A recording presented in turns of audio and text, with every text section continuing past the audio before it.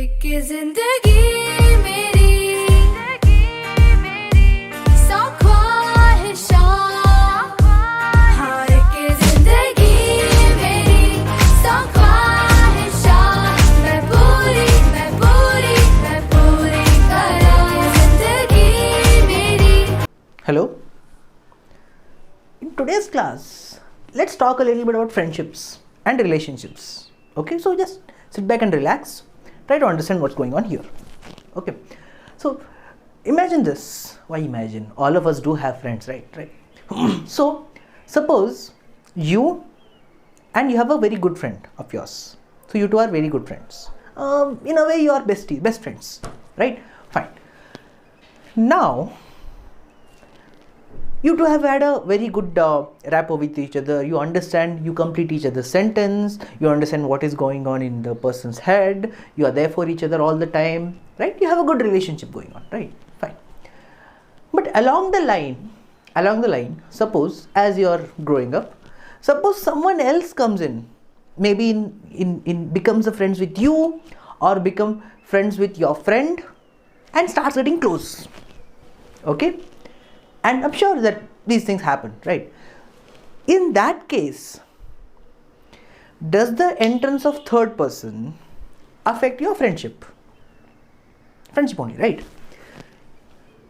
Ideally, it should not. If the friendship is strong enough, ideally it should not. But we are human beings, right? So we let those things affect us. However, so basically what happened was, when a third person comes in between you two, the dynamics between you two technically should not change. If it changes, then you have to work on it. Anyway, why I'm talking about all these friendships suddenly now? Okay, you'll see as we proceed in the class, you'll find answers to this. Okay, so what is the point? Should the friendship of you or your friend with another person affect your friendship is the question. Should it affect? No. Does it affect? Maybe. Right? We'll see why we're talking about this in this class. Before we reach there, let's start with the next topic. What's the next topic? In the previous video, I think I was discussing about Coulomb's law, and we've already discussed Coulomb's law. Force between two charges at electrostatic force, attractive or repulsive, between two charges is directly proportional to the product of charges and inversely proportional to square of distances between them. Fine. That was Coulomb's law, and I think we did one silly problem, like don't even do that problem, leave it. Okay. But what we learned in Coulomb's law was this: if you have two charges, one charge is Q1, another charge is Q2, separated by a distance of r, then force between these two charges is K, Q1, Q2 by r squared, where the value of K is 9 into 10 to the power 9 Newton meter squared per Coulomb squared, right? And Q1 is this charge, Q2 is that charge, magnitudes of charges, and r square is a distance, right? But one problem here, this formula will only give me magnitude of force. It will only give me magnitude of force. It does not talk about direction of force, does it? It doesn't, right? So it talks only about magnitude of force, but force being a vector quantity, we are also very keen, we are very interested in finding the direction of force, right? So for that, what we have is a small tweaking we can do a small change to the existing law, and we'll call that Coulomb's law in vector form. Coulomb's law in vector form, we'll see that. So I think this is okay, we have done this in previous video. Let's see the next one, right? What are we going to discuss? We're going to discuss Coulomb's law in vector form. Please listen to this very carefully, because there are so many conclusions that we'll be making out of this law after this. And those conclusions, trust me guys, is very, very important. Okay. So yeah, be with me here. Let's see, Coulomb's law in vector form is what we're going to do. Right. So let's see. And when we see vector form, we're going to need vectors. So for that, I'll draw a coordinate system. Coordinate axis. This is my x-axis, this is my y-axis, and towards you is z-axis, right? It's three-dimensional. This is your z-axis. So I don't know, z-axis, oh not big, x-axis, y-axis. Imagine that there is a charge q1 in space. In this coordinate system, there is a charge q1 whose position vector is vector r1. Position vector is vector r1. Now position vector is any vector that you draw till that point starting from origin. That's what the position vector is. Okay, so position vector of charge q1 is r1. Somewhere here there is a charge, let's say q2. Charges are scalar quantities, guys. I don't have to show any vector for that. Charges are scalar quantities. This position vector of charge q2 is, let's say, r2. Position vector is charge q2 is r2 starting from origin. Of course, this being my origin. Okay. Now you have a vector r21.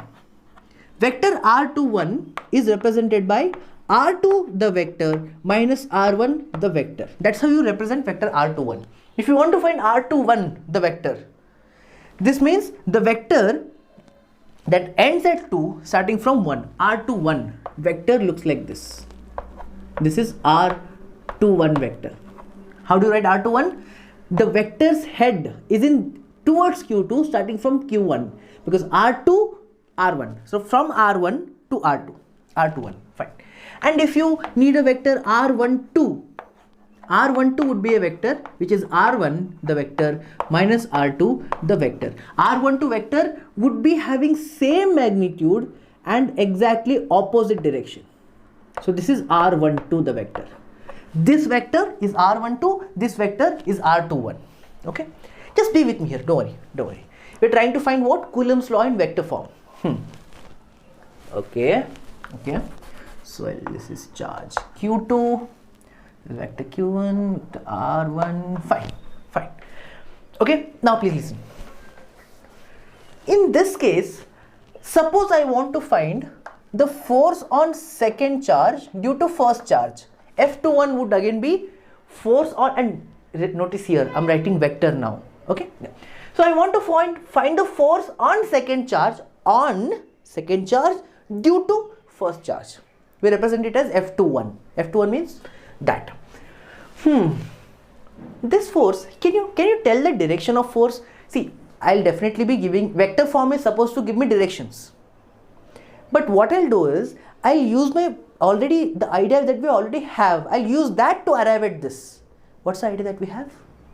That like charges repel and like charges attract, right? So it looks like I have q1 and q2, I have not assigned any signs to that, so I'll go ahead with the assumption that this is positive charge, this is a positive charge. Please listen to this carefully. This is positive, that means this charge, the second charge, will get repelled by this charge. This charge will get repelled by this charge, meaning this charge is trying to go away. This charge is trying to push this charge away from itself, right? Along this direction. This charge is pushing this charge away. So I think I can say that force on second charge due to first charge is in this direction. Right? Force on second charge due to first charge is in this direction. Okay. Similarly, force on first, we will talk about force on first charge due to second charge in a minute. Let's focus on this. So F21 is in this direction. Wait a second. Isn't F21 in the same direction as R21? Notice it here. F21 is in the same direction as R21, at least in this case where the charges are both positive. So I think I can make a small different adjustment in Coulomb's law, and I write F21 as, please listen, K Q1 Q2 by R squared into R21, the unit vector. Now what is the unit vector? Unit vector is a vector of length 1 unit in the same direction as the original vector. So R21 is a unit vector in the direction of R21. So R21 is in this direction. R21 would be a unit vector, a vector of length 1. Now why do we need length 1? Because if this does not have a length of 1, then it will end up affecting my magnitude also. How much should be the force? This much. Into 1 will still give me that much of force only. So force is not getting affected. Magnitude of force is not getting affected by multiplying this. Then what's the use of this? What this unit vector does is, it tells you the direction of force. R21, the unit vector, is the direction of F21. the force. Okay, so this is basically Coulomb's law in vector form. So all you have to do is, but wait a second. How far is, in here also I need to make a little change. How far is Q1 from Q2? This distance, right? And how much is that distance? This distance R, I've written R, but I should not be writing just R. This R is this distance, and that distance is actually magnitude of R21, the vector. Magnitude of R21 vector, which I can simply write R21. Magnitude of R21, the vector, I can simply write it as R21. If I do that, R21, please notice there's a difference. This R21 is just the length, just the magnitude, just a scalar quantity. But this right here is a unit vector. Okay. So F21 is like this. Fine. So F21 is like this. It's in this direction. Similarly, if I were to write F12, that is force on first charge due to second charge. Force on first due to second. Force on this charge due to this charge. Can you tell me the direction? Can you think of direction? The direction I think will be on this charge. This charge is getting repelled by this charge. This is getting repelled by this. So force would be in this direction. Force would be in this direction. And we'll call that F12. F12. And wait. Looks like F12 is in the opposite direction to F21. F21 is going like this. F12 is going like this. Exactly opposite they are. We'll see what to do with that in a minute. But let me just write F12, the vectors. In the Coulomb's vectors law, it will be K, Q1, Q2 by R12 square into R12 cap. So this right here will give you the magnitude and this will tell you the direction. Okay, fine. Yes, don't you think R12's magnitude and R21's magnitude are same? Because it is this length. How much is R21's length? This much. How much is R12's length? This much. Then what's the point of writing R12 and R21 here? There's no point whatsoever. But where R12 and R21 will differ is here, this point right here. R12 is in this direction, so I'm sorry, R21 is in this direction, R12 is in this direction. Meaning R21, the vector, is negative of R12, the vector. Are they in opposite directions? Yes, you have learnt about negative vectors, right? A negative vector is a vector of same magnitude but opposite direction. So R12 is a negative vector of R21.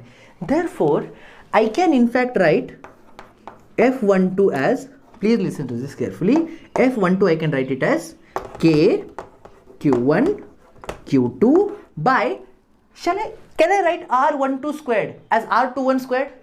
It's the same thing. So I can replace if I want, right? So I can write it as R21 squared. It's the same thing. This and this have the same length. This and this are not equal. What are they? They are negative of each other. Right? But these are just numbers. These are just numbers. You can replace them with each other.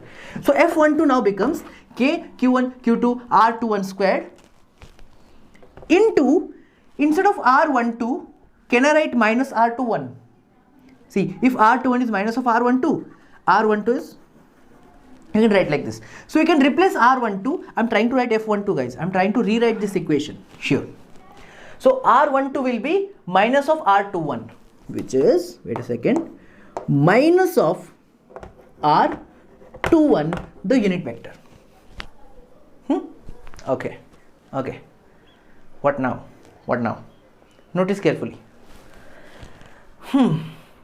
F12, the vector, is negative of, now please notice, is this thing, excluding negative sign, is this thing, the thing in the bracket, square, in the square box, is this thing just F21? Right? So this is just F21. So what I can do now is, I hope this you understood. R21 is R2 minus R1, R12 is R1 minus R2. Those are the vectors. Anyway, that's not. I'll be need this space. So now I can write, please listen, F21, the vector, is negative of, wait, F12. F12, the vector, is negative of, what is this thing right here? This thing is nothing but this, which is F21. So I can write it as F21. Very, very, very important conclusion this. F12 is equal to minus of F21. Matlab, I'm going to erase this. I hope you understood this. Take a look at this if you need. Pause and take a look at this. Try to understand what just happened. Nothing new. All we did was we took vectors and we are trying to also worry about not only magnitudes but also worry about the direction. And while worrying about direction, I have made one conclusion that we are standing here right now, that F12 the vector is equal to minus of F21 the vector. That means force on first charge due to second charge is in the opposite direction to force on second charge due to first charge. Number one. Number two, don't you think the magnitudes are same? How much is the magnitude of F12? So much. I mean, how much is the magnitude of F21? So much. How much is the magnitude of F12? Look at this. So much. Are they not equal? Yes. So magnitudes are equal, but forces are opposite. If the forces are in opposite direction, does that automatically mean that the charges are repelling each other? Yes. Right? So forces are opposite to each other. And even if it is attractive, the forces will still be in opposite direction. We'll talk about that in next topic. I hope you understood this. Wait, I have not concluded yet. The conclusion is yet to come. Conclusion is yet to come. So this tells us that, the first point it tells us, that the forces are opposite to each other. The forces are opposite to each other. First conclusion is that. Second conclusion is this. I think I can write this. F21, the vector's magnitude. Magnitude means it's only magnitude I'm worrying about. How many newtons? That is equal to magnitude of F21. That means forces are equal and opposite. I hope you understood this. Forces are equal and opposite, irrespective of what the charge is. For example, if this is only 1 coulomb and this is 100 coulomb, force on this due to this is same as force on this due to this. Forces are equal. Such forces we call it as mutual force. Okay? Forces are equal. It's not like the larger charge applies more force on the weaker charge. No. If large charge applies 2 newtons of force on weak charge also applies 2 newtons of force on large charge, because the force is proportional to product of charges, guys. I hope I understood this. Very important conclusion. Very important conclusion. This says that the forces are mutual. The forces are mutual. We call them mutual forces. Call them mutual forces. Okay. Very important conclusion this. So this forces are opposite to each other. This, that magnitudes of forces are equal, or we call them as mutual forces. Forces are equal and opposite. One more conclusion. Please listen to this carefully. Listen to this carefully. This is actually, many of us, what we do is Coulomb's law in vector form. Nothing. This Coulomb's law in vector form is just Coulomb's law with the vectors. Not so simple. It's not just that. We come up with some beautiful conclusions from here. Third conclusion, please pay attention. Third conclusion goes like this.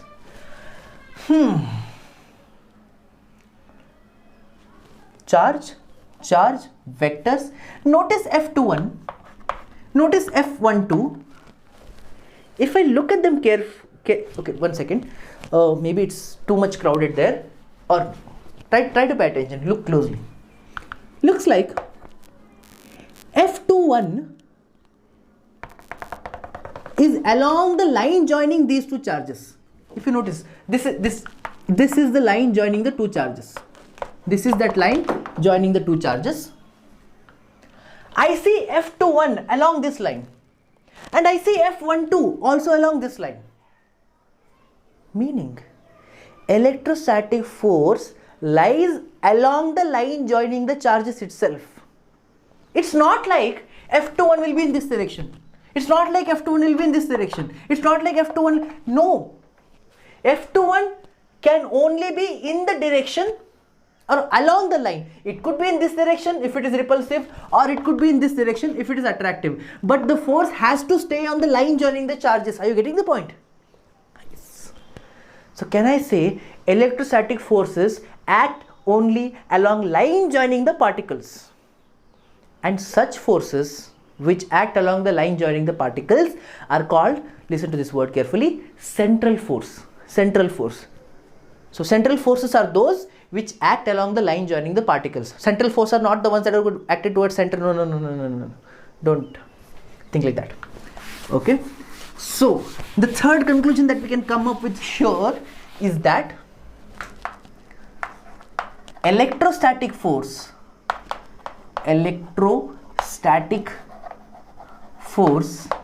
is a central force.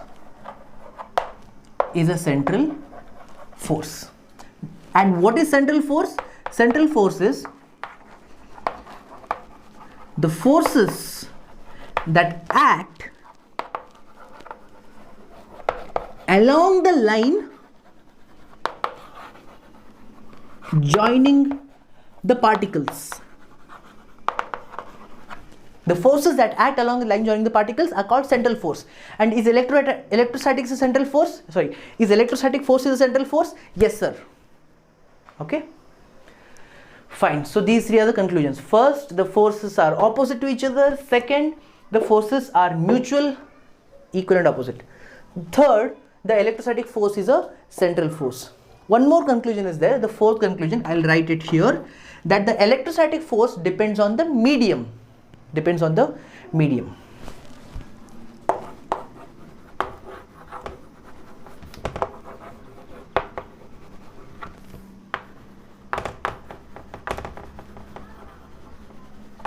Now this part we've not seen in much of a detail. We'll see what this actually is in the upcoming section.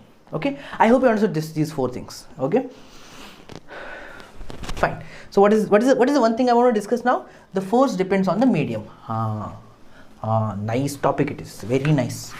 Okay, let's see what that means. Remember this thing epsilon naught. I hope you noticed that epsilon. What is epsilon naught? Permittivity of free space. And what do you mean by permittivity?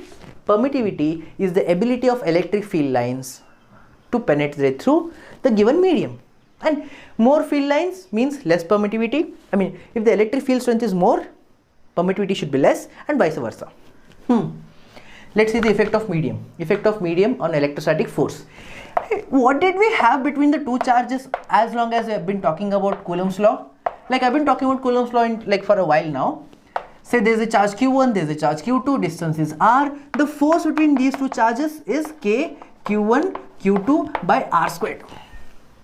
Nice. Right? Oh, wait.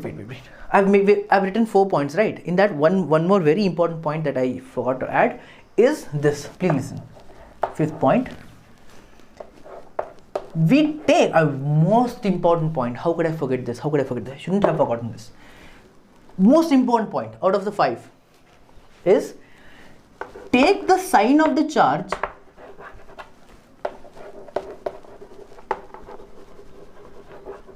for calculation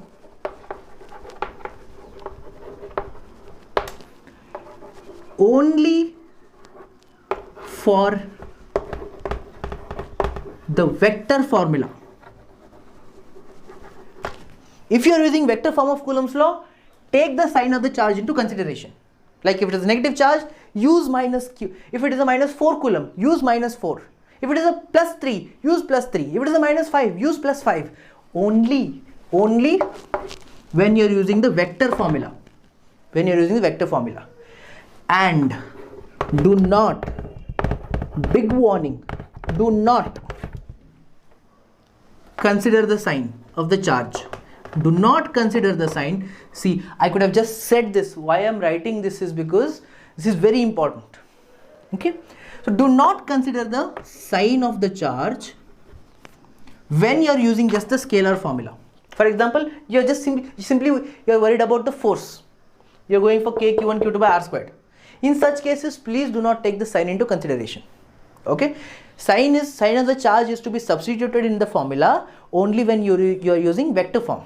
Sign of the charge should not be substituted in the force formula when you are using just this without any vectors. When you are using this, please do not take the sign of the charges. Suppose this is minus 3 and this is plus 4. You just take 3 and 4. Okay? Except when you are using vector form, you can take it. Think why I am saying this. Think of the reason behind this. But yes, what I told is completely correct, and please follow this. You don't take the sign of the charge when you're using the scalar form, and more often than not you'll be using scalar form. Okay, fine. Having said that, I want to this is for the previous topic, the notes for the Coulomb's law. This is coming back to dependence of force on medium. Now imagine this. You have nothing in between, so your force will be, instead of K, what I'll do now is I'll write the proper version of K. What was K to begin with? K I think was 1 by 4 pi epsilon naught. K itself is 1 by 4 pi epsilon naught, Q1 Q2 by R squared. So your force looks like this, Q1 Q2 by 4 pi epsilon naught R squared. That's what force is. And value of 1 by 4 pi epsilon naught itself is K, which is 9 into 10 power 9. Okay, wait, I'll just rewrite this in the proper version. So force F is 1 by 4 pi epsilon naught into Q1 into Q2 by R squared. This itself is K. Now listen. What do you have between the charges here? Nothing is mentioned, right? So I'll go with vacuum. Nothing is there. However, if you replace the medium between these two, instead of vacuum, you fill in something. We call that something as dielectric also, whose relative permittivity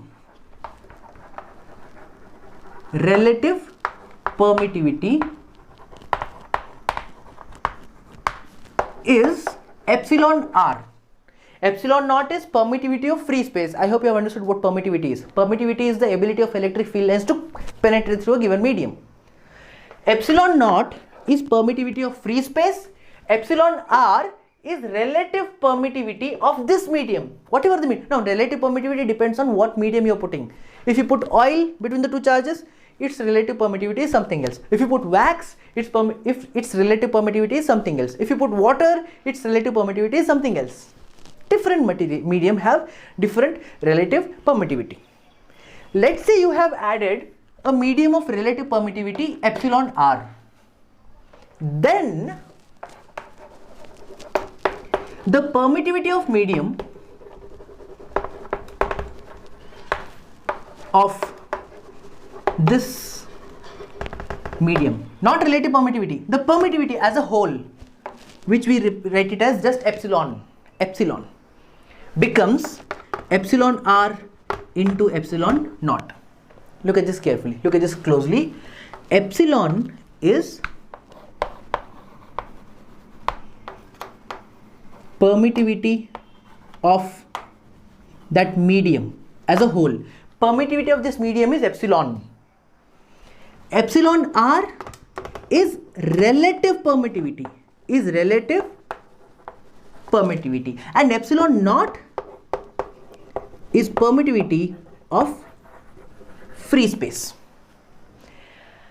With this, if you put, please listen to this carefully, if you put something, if you fill the region between the two charges with some medium, then force will not be 1 by 4 pi epsilon naught Q1 Q2 by R squared. Force will in fact be, it will not be this anymore. Force will now be, I'll call it F dash because it's different force, will be 1 by 4 pi epsilon, not epsilon naught, it's simply epsilon. 1 by 4 pi epsilon Q1 Q2 by R squared. I hope you got the idea. Where epsilon value is epsilon r into epsilon naught.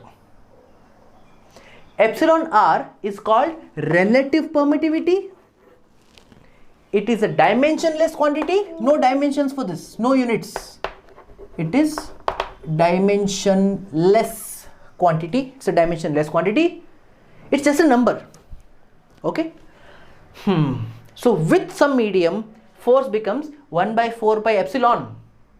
Where epsilon is epsilon r into epsilon naught.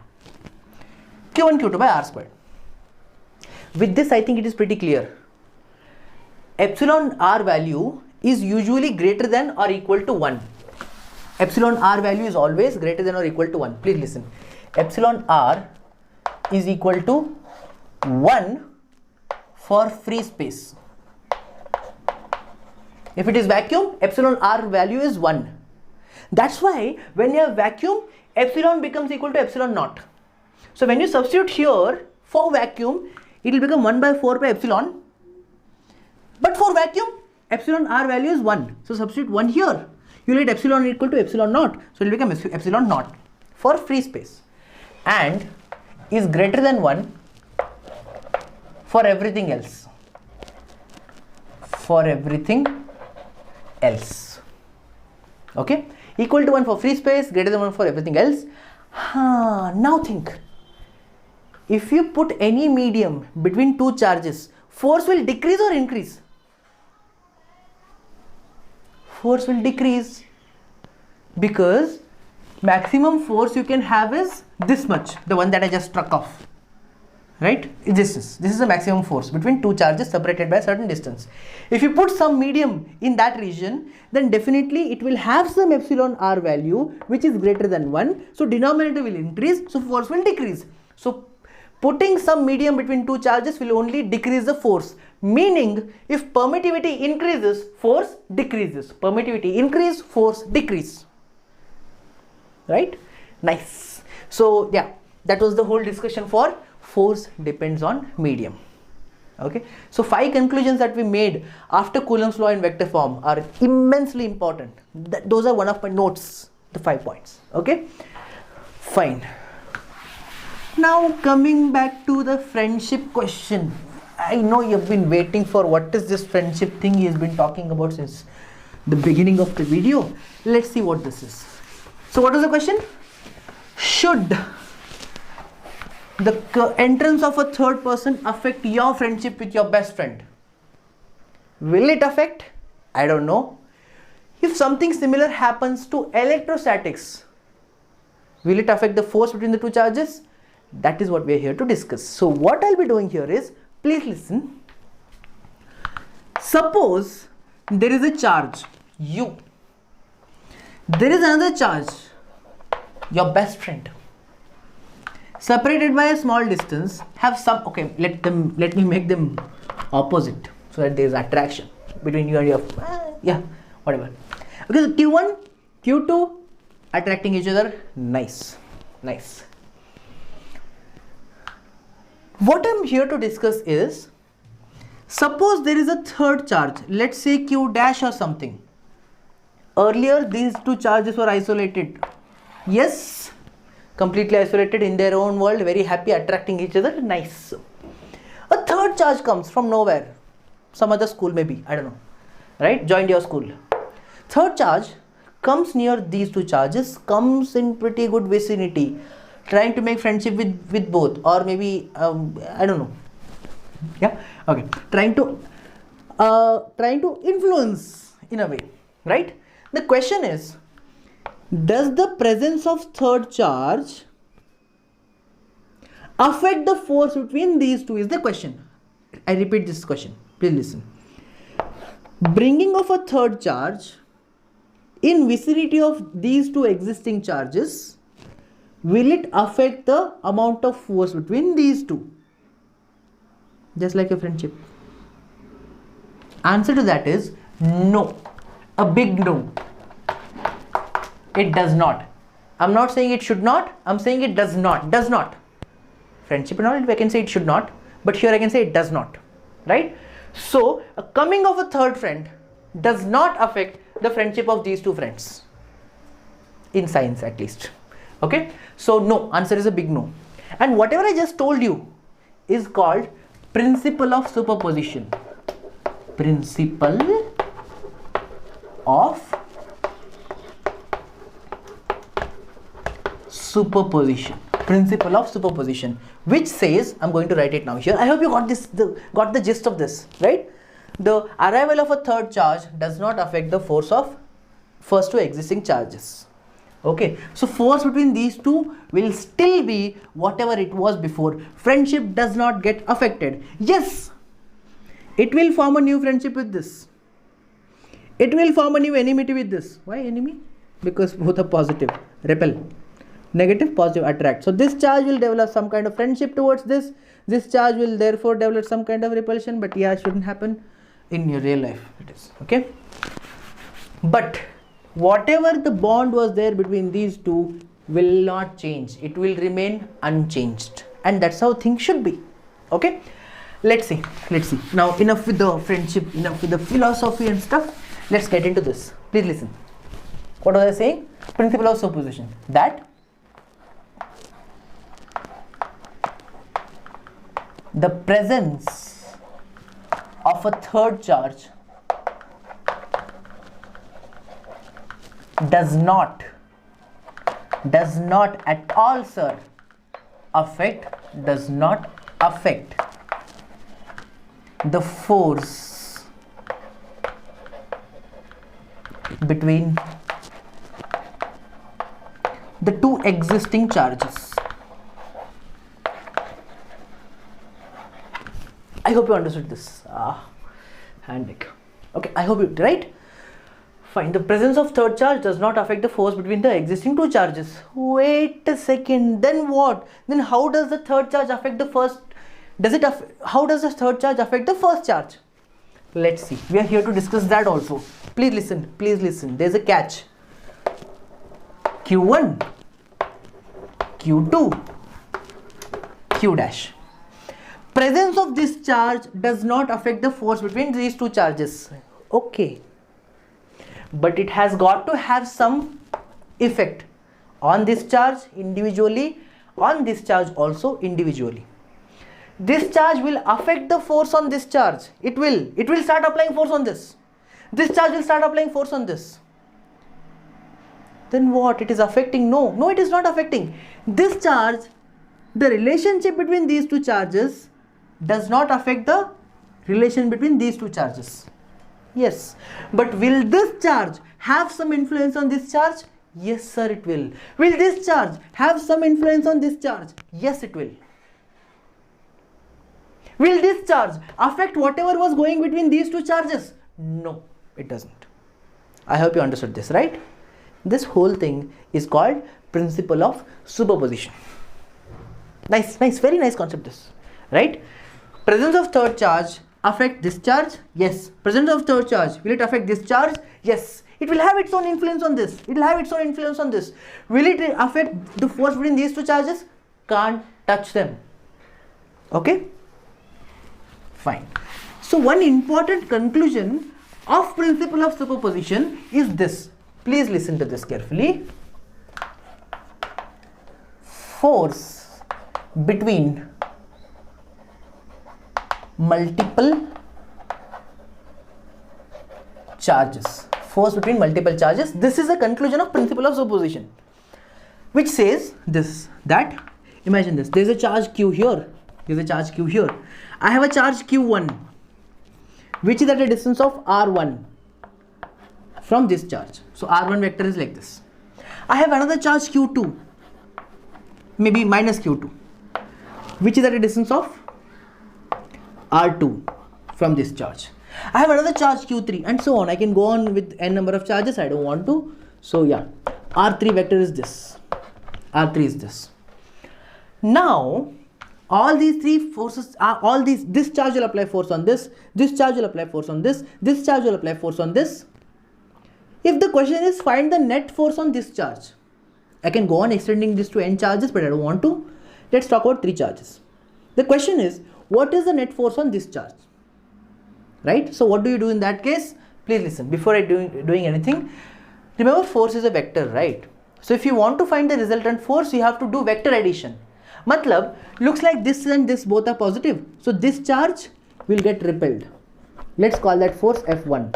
F1 will be in this direction, along the line joining in this direction. This is negative, this is positive. So I'm thinking it will be in this. This charge will experience force towards itself. So this will be getting attracted towards this charge. So let's call that F2. F2 is like this. and Q3 and Q are both a positive, so this will be in this direction. F3 will be in this direction. So F1 is like this, F2 is like this, F3 is like this. You are pretty good with finding the forces due to, you are pretty good at adding the multiple forces, right? So now what you have to deal with is three vectors, this vector plus this vector plus this vector. It's like adding these three vectors, this, finding the resultant. What if there was a fourth charge? Maybe I'll be adding that also. What if there's a fifth charge? I'll add that also. But don't worry, you will not be asked to add more than 3 forces in this curriculum. That is only extending your mechanical work. Who does that, right? So you will mostly have to deal with 2 forces, 3 forces, in worst case 4 forces. Don't worry, more than that you will not be adding any forces. Okay, and 4 forces also is very, very rare. Once in a blue moon, once in 5 years they last, once in 10 years they last. Okay, I hope you understood. What did you understand? I didn't even say anything. Okay, the point is, the conclusion of principal superposition is this, that force on a single charge due to multiple charges is the vector sum of individual forces. Okay, that's what the force due to multiple charges is. Now this in itself looks very abstract. You don't see what is going on here. You will not get any idea. Don't worry. Even if you have not understood anything in this part, principle of superposition, you have to understand. Go back and watch if you have not, right? But this part, it's okay. We'll do one problem and everything will be pretty clear. Force due to multiple charges. Okay, let's see. Please pay attention, maximum attention to the next question. This is the very first good question I'm discussing in this chapter so far. Okay, listen carefully. And before I do the force, let me quickly remind you, force between 2 charges, Q1 and Q2, separated by distance of r, is K, Q1, Q2 by r squared. And if you have multiple forces, then resultant force is the vector addition due to individual forces. Remember those 2 things, and let's try to answer this question. You have very typical yet standard question. You have 3 point charges, Q1, Q2, Q3. Q1 is 4 microcoulomb, Q2 is 2 microcoulomb, Q3 is 1 microcoulomb. Placed on the vertices of an equilateral triangle. You have an equilateral triangle. Of side 1 meter. So this is 1 meter, this is 1 meter, this is 1 meter. For simplicity, I'll take 1 meter. The question is this. Question is, find the net force. Find the net force on 1 microcoulomb charge. Where is this? Is not, don't read it as 14. It's 1 microcoulomb. Micro is 10 power minus 6. 1 microcoulomb charge. You need to find force on this charge due to these 2 charges. You want to find the net force on this charge. Individual charges is very easy. How much is the force on this charge due to this charge? K, Q1, Q2 by 1 squared. Very easy. But net force, please listen to this carefully. I want to find net force on this charge due to these 2 charges. Net force on this charge. What do? We use the principle. What's the principle? Force on one charge due to multiple other charges is vector addition of individual forces. Okay, we are here to answer that. I hope you understood the question. Please take a good look at the question. Now, to answer this, what we'll do is, I'll redraw the diagram because it is very crowded there. This is 4 microcoulomb. How much is micro? 10 power minus 6. So 4 into 10 power minus 6 coulomb.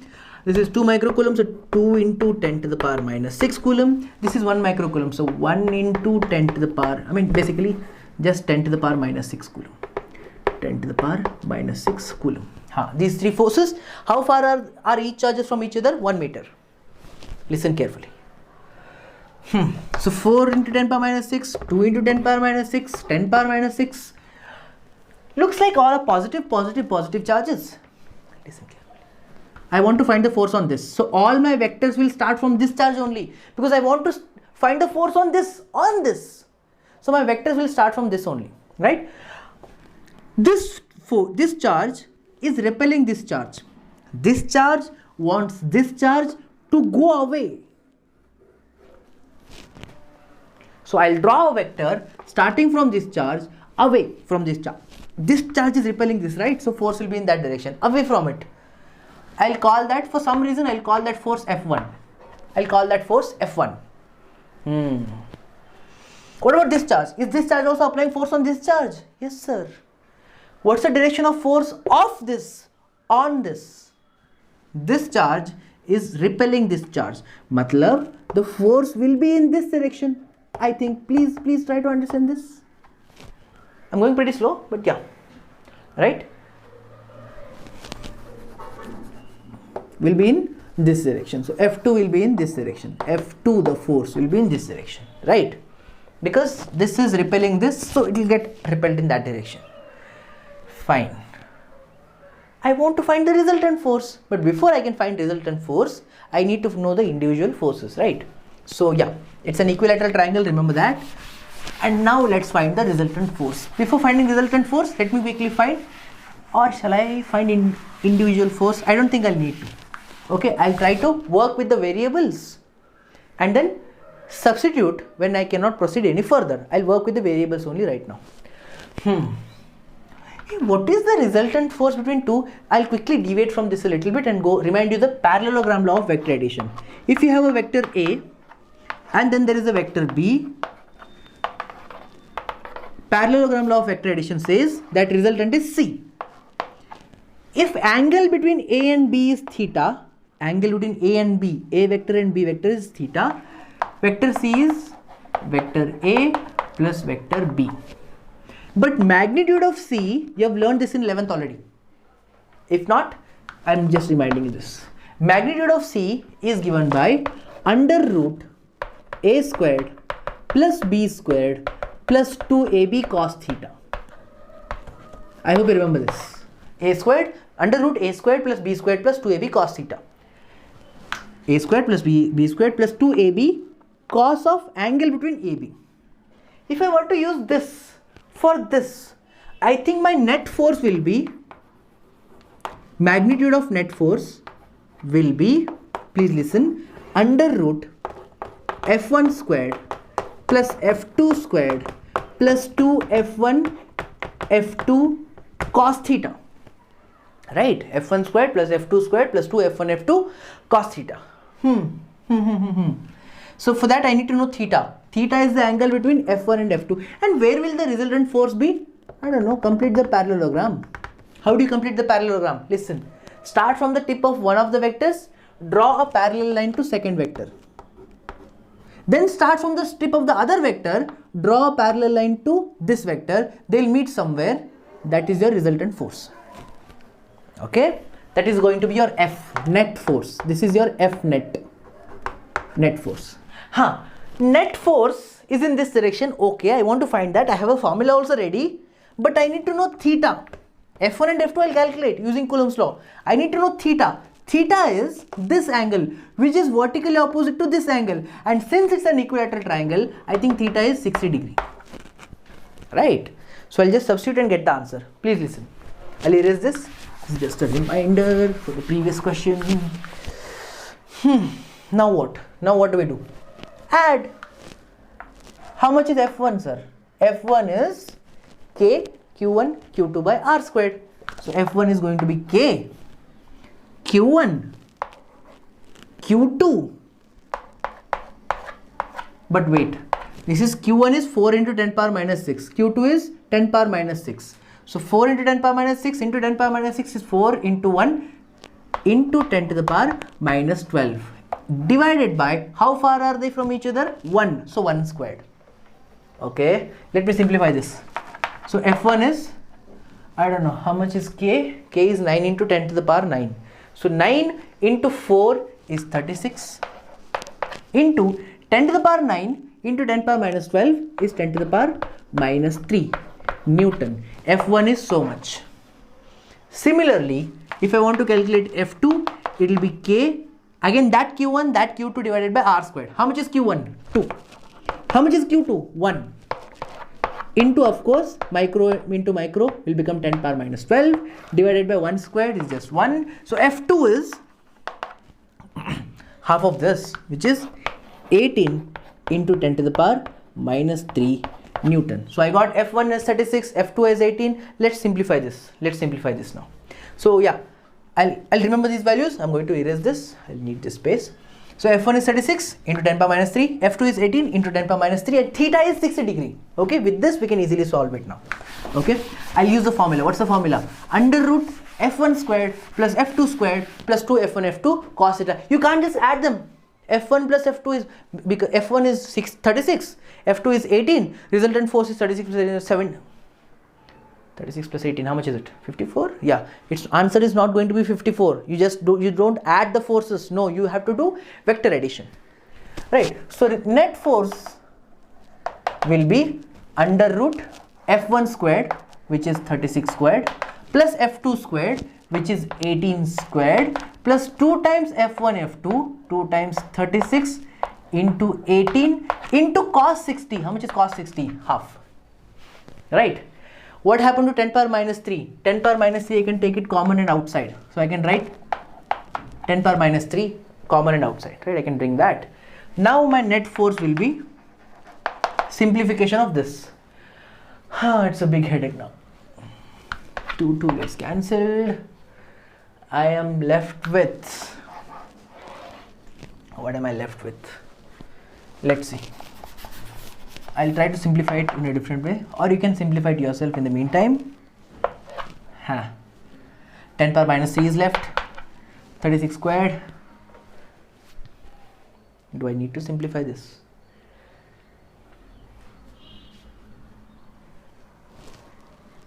Eighteen 36 into 18 squared, 18 into 18. That leaves me with 2 into 2, which is 4 plus 1 plus 18 common. I'm left with 2. I'll be left with 18, which is equal to F net, not vector, just the magnitude. F net is going to be, and this part is under root. I'm doing my own thing. You can do your own method of calculation. Not that it's just the last part is left. 4, 5, 6, 7 into 10 to the power minus 3. So my answer is 18 root 7 into 10 to the power minus 3 Newton. 18 root 7 into 10 power minus 3 Newton. See how different it is from your 54, just adding 18 and 36. It's not. So 18 root 7, 10 power minus 3. The numbers I had given were like random numbers. So that's why we're getting some complicated answer. Doesn't matter. I hope you understood what just happened. Very important question, especially important for your board exams. But apart from that, you'll be getting so many. Understand this and you're sorted with electrostatics. Pretty much you're sorted with electrostatics, because we'll be dealing with similar things in case of electric fields also. So try to understand this. Okay, try to get the answer. Fine. If there's any doubt, please watch the portion again if you need, but please understand this, very important. You miss this, you miss electrostatics. Okay, fine. I know you won't, you'll do it. Fine. Do you understand this? I'm repeating it a lot. Okay, anyway, fine. So with that,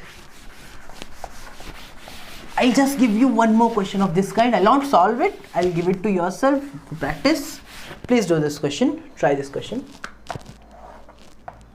I have an equilateral triangle. This is the first question that you can try yourself. I have an equilateral triangle. This charge is again 1 microcoulomb. This charge is 2 microcoulomb. This charge is 3 microcoulomb. This is 4. This side is 3. This side is 5. Find the force on this charge due to other charges. Find the net force on this. First question. Find the net force on this. And by the way, you should know these values.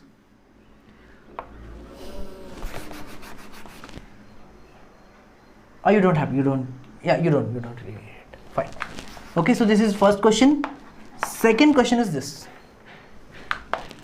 There is a charge of q here. There is a charge of q, 2q here. Both are positive charges, separated by a distance of r. Question is, I have one more charge which is q by 4. I have a charge of q by 4. Question is, where shall I place q by 4? Where shall I place q by 4 such that,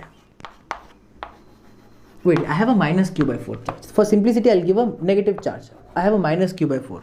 So where shall I place minus q by 4 charge such that the net force on q is 0? Net force on this becomes 0. Where shall I place the minus q by 4 charge so that net force on this is 0? That's your another question. Again, it is based on the same principle of superposition, which eventually concludes this, that force on one charge due to multiple charges is the vector addition of individual forces. Okay, try this question. I'll give the answers, only answers. I'll try to, okay, this one I'll solve in my next video, but to this I'll give the answer in my next video. I hope, very important guys, very important, trust me, look at my face, trust me, this is very important. Try to understand this. Okay, fine. I hope you had fun. I did. Go through all the topics if you need to. Keep revising. Trust me, 12th is very interesting. 12th topics are very interesting.